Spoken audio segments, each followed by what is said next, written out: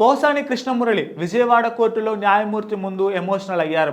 అనారోగ్యం వల్ల తాను నడవలేకపోతున్నానని, ఏ కేసులో తనను స్టేషన్ల చుట్టూ తిప్పుతున్నారో అర్థం కావడం లేదని చెప్పుకొచ్చారు. తనకు ఆరోగ్యం సహకరించడం లేదని, ఇప్పటికే 2 ఆపరేషన్లు జరిగాయని తెలిపారు. ఆయన స్టేట్మెంట్ను రికార్డు చేసిన న్యాయమూర్తి మార్చి 20వ తేదీ వరకు రిమాండ్ విధించారు. కోర్టు ఆదేశాలతో ఆయన్ని విజయవాడ జైలుకు తరలించారు.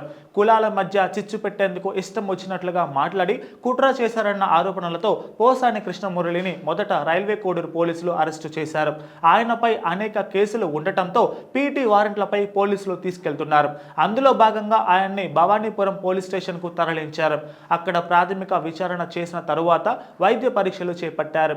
అనంతరం విజయవాడ సిఎంఎం కోర్టు ఎదుట హాజరుపరిచారు. జనసేన నేత శంకర్ ఫిర్యాదు మేరకు అరెస్టు చేసినట్లు కోర్టుకు తెలిపారు.